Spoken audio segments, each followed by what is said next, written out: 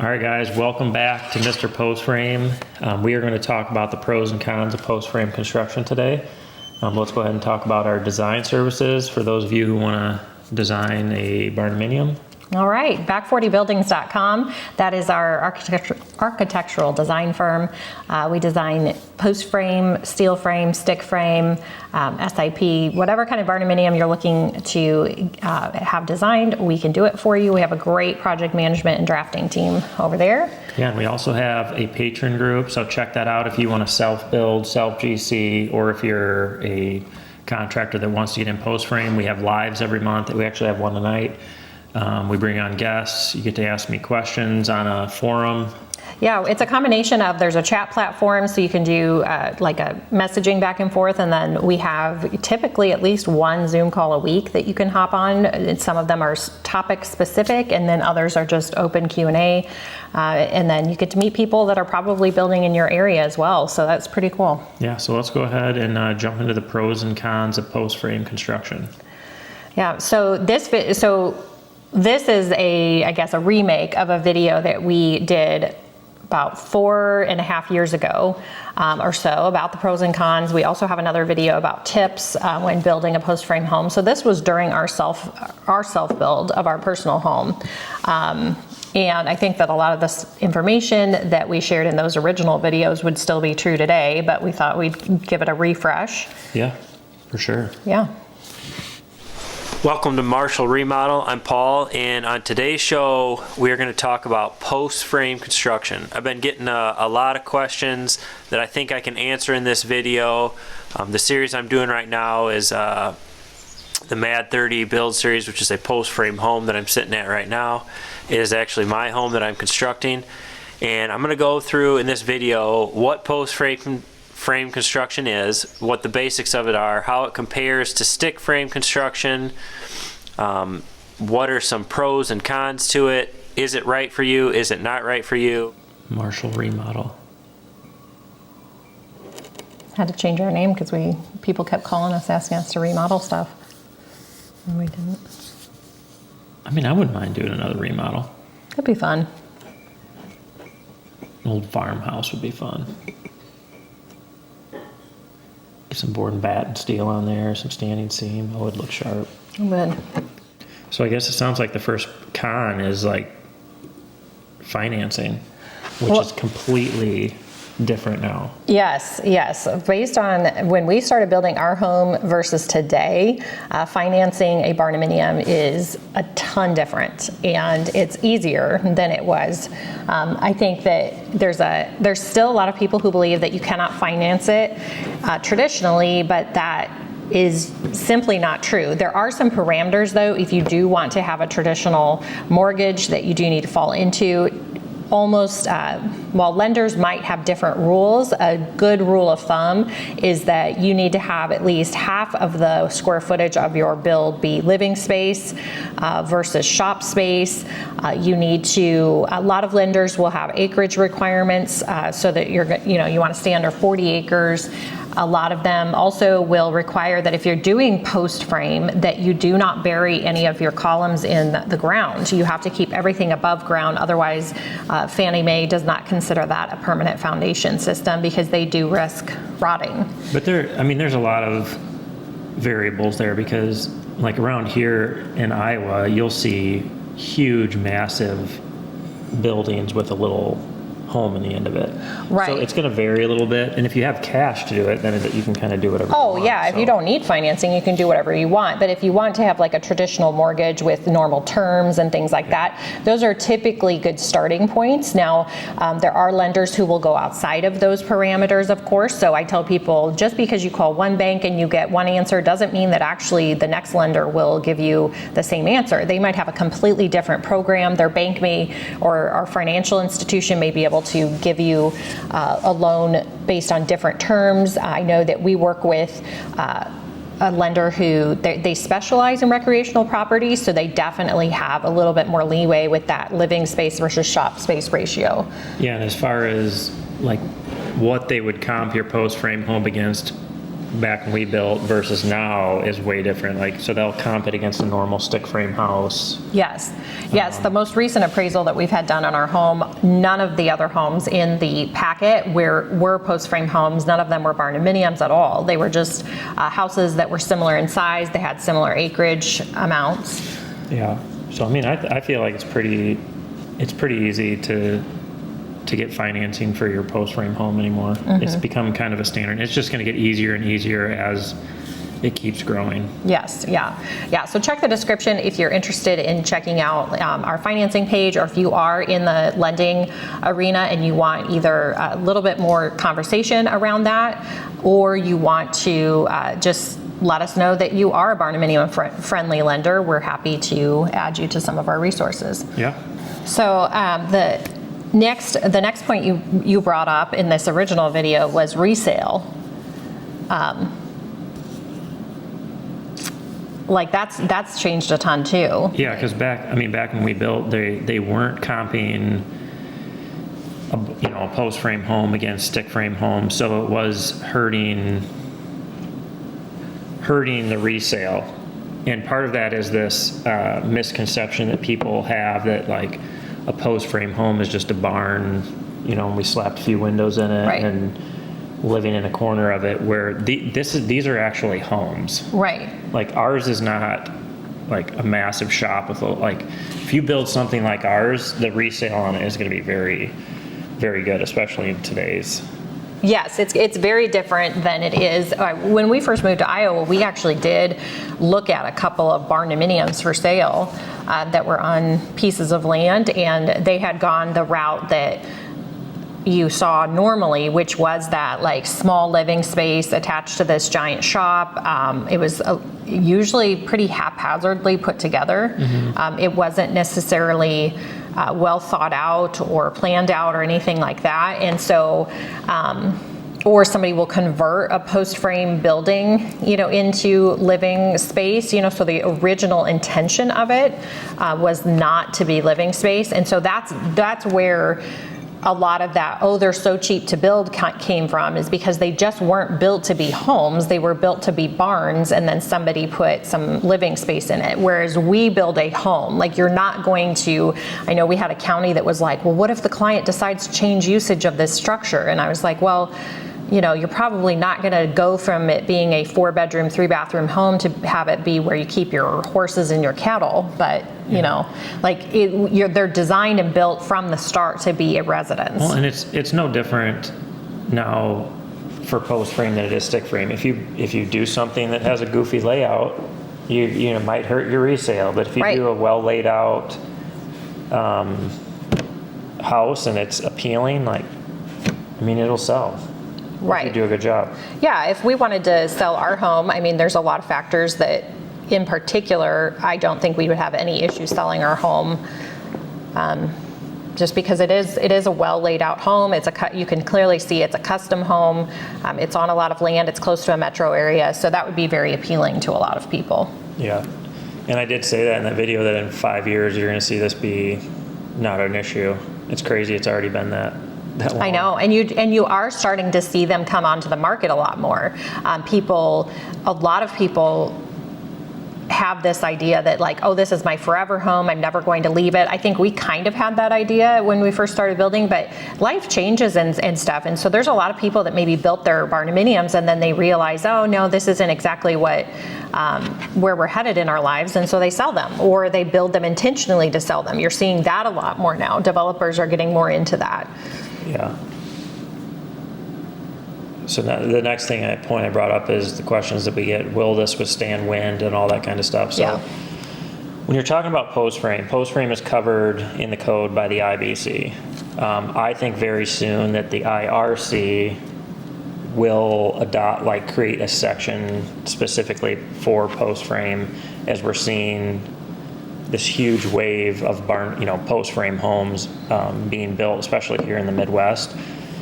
They're going to have to. Now, there's still going to be some growing pains, but you can make these code compliant. The biggest issue there is the code officials and their willingness to like look into the IBC and see how this translates into making it a code compliant versus you get some code officials that are just, they're stuck in their ways and they're not going to listen. That's why I think it's very important, and I'm pushing for something to get in the IRC. If you take container homes, they got so big that the IRC created a section specifically for container homes. So Right. I can see that happening with post frame as well. But, Right. Yeah, because a reminder, the code, the IRC is the International Residential Code, and it was written based off of stick frame construction. Right. And so just because something isn't addressed in the IRC does not mean that it is not a suitable way to build. It just means it's not addressed. And so that's where like your engineering comes into play, hiring a structural engineer to, stamp your set of plans and stuff like that can be really helpful, because then that gives your code officials the green light saying, yes, somebody else has kind of shifted the liability with this build, and somebody else has said, yes, based on these parameters, this should be a safe residence. well, and there's also things you need to consider when you're building this. The closer you are to a metropolitan area, the more problems you're going to have building anything, Right. but specifically post frame, because they're just going to be resistant to it. Right. And that's just is what it is. You just got to know that going in. That's where, if you spend the extra money, have an engineer put his name on it, stamp it, sign it, most jurisdictions are going to look at that and be like, oh, well, structural engineer signed off with this. We're good to go. Right. Yeah, and we've worked with, because we design all over the country, and like there's a county that we have a client that is working on getting this getting approved and getting all their permits, and it's a really difficult county to get permits in, but they have point blank told the client that after they work through all of these issues on this build, they said it's going to take a much less time the next time this client wants to have one of these built, because right now they're just going through the process of understanding everything. Once they kind of understand everything and they know like the baseline parameters for it, then they're going to be much more willing to like push this process along. Sure. Which that's a great thing. I think that I wish that a lot more counties would take that approach of I being agree. willing. I mean, your solution to that always is to buy land in a rural county that has fewer restrictions. For sure. That's always a great solution. And I've been thinking about doing a video on like how to strengthen your post frame, things you can do to make it stronger, which, kind of brings me into like, is post frame cheaper? And it's like, if you're building a custom home, it's probably not going to be that much cheaper. If you want it to be aesthetically pleasing, if you want it to have a porch, if you want it to have overhangs, outside of building a box, like it's going to cost relatively. Oh yeah, it's same. gonna cost, your living space will run the same as a comparable stick frame home. So if you have cheap finishes and products that you use to build the house with, it's gonna price out around what a cheap house in your area does. And if you have high-end products, it's gonna price out on the high-end level. I mean, it's just the same. I mean, there's a couple of exterior things that maybe are different in the structure construction that would save you, $10,000, $15,000 or something like that. And that might sound like, oh, that's awesome. Well, that's not gonna make it so that you can build twice the house. That's obviously not that much money in the broad scheme of things. And you talk about how you wanted to start building for other people in this video, and you wanted to work through all of the Idiot. Oh, well, Yeah, I mean, I'd say that would probably be a con, like finding a contractor that's good at turning a post frame into a home. It's getting Yes. much more common. Yes. But you don't want to just go seek out a custom home builder and tell them that you want a Barndominium and you want it to be post frame, because they will talk you out of it, because they don't have any of the resources to connect you with post frame. If you hire a post frame builder, they may or may not be willing or able to take your project past the structure, just because that's not part of their business. Not every post frame builder is a general contractor. So you have to keep those things in mind when you're searching for somebody, and then, and then understand that, again, if you're hiring a general contractor who specializes in post frame, your pricing is going to run pretty much the same as any other type of custom home build that has similar finish.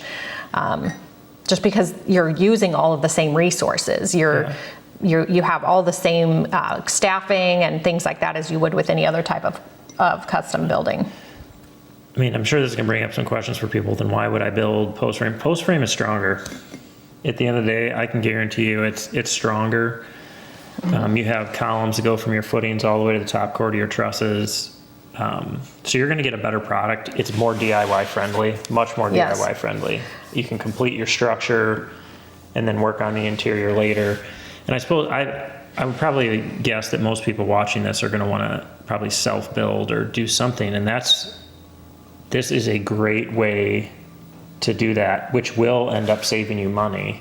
Even if you have a contractor come in and build the structure, then you can do all the rest. Right, and you'll still have a significant cost savings. But yes, I tell people all day, every day, don't choose this option because you think you're going to save 40% on your build. That has never been true. No matter what people think, it wasn't true 20 years ago, it's not true today. It's true if you build a box with not a whole lot of windows and doors, but that's still comparable to another stick frame home that has very few windows and is very simple. You're right about that. You're not going to have these massive cost savings. Right.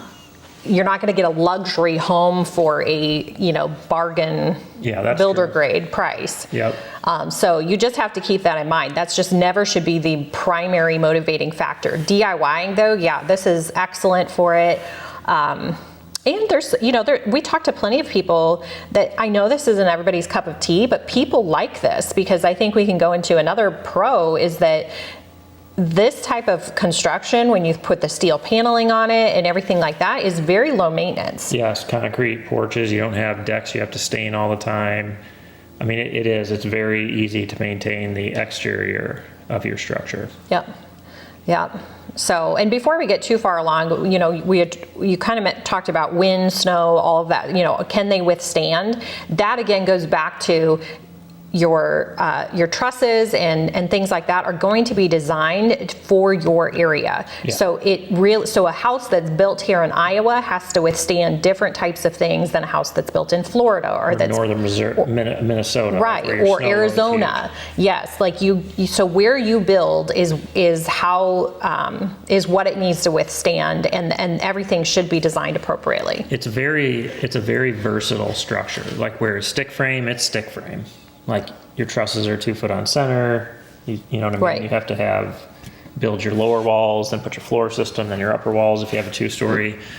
Post frame is very versatile in that you can do trusses 8 foot on center, you can do them 4 foot on center, you can do them 12 foot on center. You know what I mean? There's just so many variables, so they can adjust all of that according to your snow load, your wind load. If you're down in Florida, you're probably going to have to sheathe the entire outside of your building, which isn't a bad thing. Right. That's going to give you all your diagonal bracing, and it's just, I like it. It's so simple. There's not a whole lot of steps in completing the structure. I mean, there is, but it's just, they're all simple. Well, they're consistent. Yeah, very consistent. Yeah. If you design it with consistent post spacing, I mean, you really, you can get in a rhythm and you just do the same, you repeat your steps over and over. Also, I'm talking about all the different foundation options. So, which that's a good point. You can do piers, you can do continuous footing, you can do monolithic slab, you can do ICF, you can build these on a basement if you want. I mean, like I said, the options are basically unlimited on how you can build these. Yes. So, and that's where a big cost saving factor can come into play. Yes. Is that the most cost-effective way to build post frame for the foundation is your pier footing, and that is going to, it's going to give you the strength that you need. It's going to be the foundation that goes below your frost line, but then it's going to cost you so much less than pouring. Yeah, I mean, like a third probably of what a continuous wall would cost you. So, so that's something to keep in mind, that if you can do it. And again, that's where, like in counties that have a lot of restrictions, a structural engineer can make sure that the piers are sized appropriately for your area, your typical soil. Well, and piers are something you can DIY. You need very little to do a pier, where if you do a continuous wall, you got to get an excavator in there, you got to pour a footing, you got to form up a wall. There's a lot more steps in that. So if you're not well versed in excavation and there's just a lot more things like that, time and expense in it. Yeah. So, but yeah, you can do it on all. But I think our best recommendation would be the piers. Listening to this makes me think I should do like our build. We should do a build like making a code compliant post frame, and how to strengthen your post frame. Yeah. So 2x6 girts versus 2x4s, you bring that up as like a pro, I guess, I don't know, No, I was just talking about the different pieces of a post frame. And you have a lot of the big, like even like you'll see Cleary, you'll see some of those bigger builders that are just like throwing up buildings use 2x4 girts, which just get a lot more wave in them. They're just not as strong. Definitely want to use 2x6 girts on the exterior. And that's another reason you like to do 8 foot on center as well, is to keep the girts from getting a lot of wave in them. Well, also 8 foot on center is the NFPA's recommendation from their design manual. Wouldn't you also say a big pro would be the wall cavity? Yes, 100%. That's a great point. So with a post frame exterior 2x6 standard girts with some 2x4 interior girts, you have an 8.5 inch wall cavity. So the way we like to insulate is 3 inches of closed cell spray foam. So we still have 5.5 inches of our wall cavity left. So once our structure's up, windows and doors are in, we'll spray that 3 inches of closed cell, and then all of our plumbing, wiring is all between that spray foam and the interior, which makes it very easy to install. It makes it neat, clean, nothing's buried in insulation. You're not messing up any of your insulation. You're not messing up like the R value of your insulation when you're working around plumbing and electrical and all that. Yep. I mean, that's a great picture to show how we put the windows in between the columns. That's at 1447. I mean, so if you look at that shot right there where you see all of our big windows, you can see all those columns that stayed on the 8 foot on center. So you can still get look at this. You feel like you're almost outside. Right.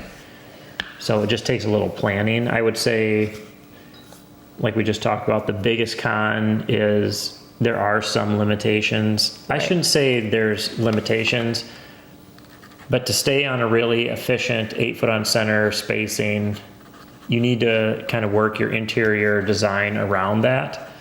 If you wanted, say you wanted a 16 foot, like, $30,000 door, if that's in your budget, you could make it happen. Right. I mean, it's no different than like a garage door. You just put in huge headers, which is going to cost a little bit more money. So it's not that you can't do it, it just makes it more complicated and then raises the price. Right, yeah. Yeah, like our team at Back 40, we have all of these like methods of building fall into 3 categories of like, is it a recommended method? Is it something that's feasible, but it will cost you more, or is it not recommended? And like that's an example of something, it's feasible. It's just you're going to spend more money than if you didn't do that, if you kept everything inside of those 8 foot spacing. Right. So, I mean, I guess is that a con? I don't know, maybe.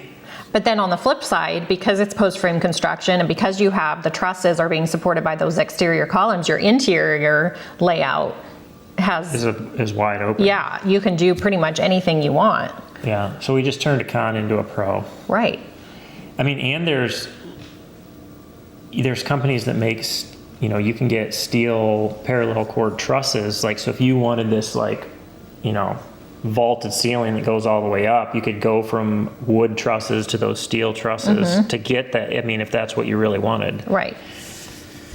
So, I don't know. I would say that is a con, like a little bit of limitation. If you want your door centered, depending on the width of your building, maybe that door centered is right in the column, so you have to add another pier, move them. Right. I mean, and that's another reason why you see the exterior of a post frame home is typically more simple, is because the trusses are being supported by those exterior columns, because, you have to, you can't have all of these different jut outs and things like that because you have to support them somehow. Yeah, and if you do that, again, it's where you need to think on like making those bump outs 8 foot. Right. Like really makes it, you could add some elements to your exterior, but you got to think like, how can I make this so it's easy to build? Right. I mean, you are going to end up with, a tie-in gable to your roof, which, that starts complicating stuff, but. Right. Yeah.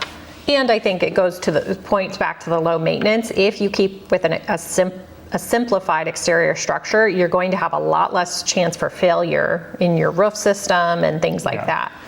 What are we thinking about? Any other cons? I mean, the biggest con that I can see is just working with, code officials and cities and municipalities that just aren't familiar with post frame. I mean, that's a good con. It's 2312 steel. Yeah, is the steel. There are some elements of putting the steel on that can make it difficult if you've never done it before. You really need to kind of do your due diligence and kind of educate yourself. You could scratch the heck out of your roof steel if you don't know what you're doing. Yeah, if you don't know, well, you can scratch the heck out of any of the steel if you don't know what you're doing, Right. But knowing how to properly install your trims.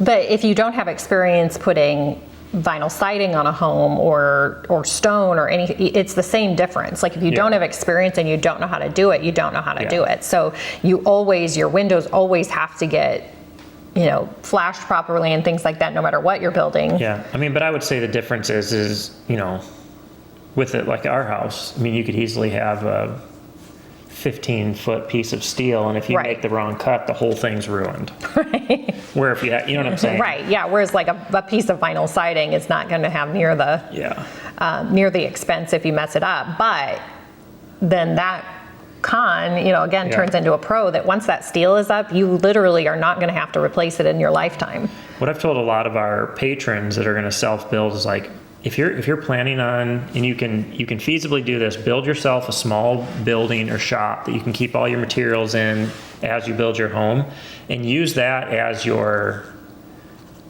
first attempt to hey, get a feel for working with the steel. It's probably going to be really simple, square structure. You're probably going to have a couple windows, and it'll give you an opportunity to kind of hone your skills before you go into building a house. And the level of difficulty, the more windows you add, the more doors you have, porch tie-ins, all that stuff, that's going to add to the level of difficulty to your build as far as metal goes.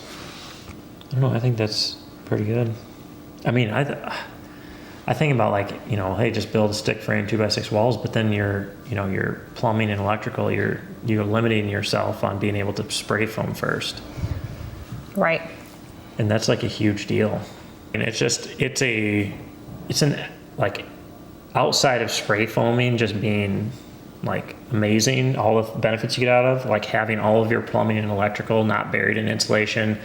I've done so many remodels when I've been putting insulation in, and you're trying to cut the insulation around the pipes and around you got wires going everywhere, to get that insulation in there and get a really good filled cavity without, crushing it or missing a spot is just so difficult. You're getting almost 100% thermal break from, down to your frost protection all the way up your walls. It's just a really, really good way to do it. And it makes, especially if you're going to DIY, and it just makes it so easy. Yeah.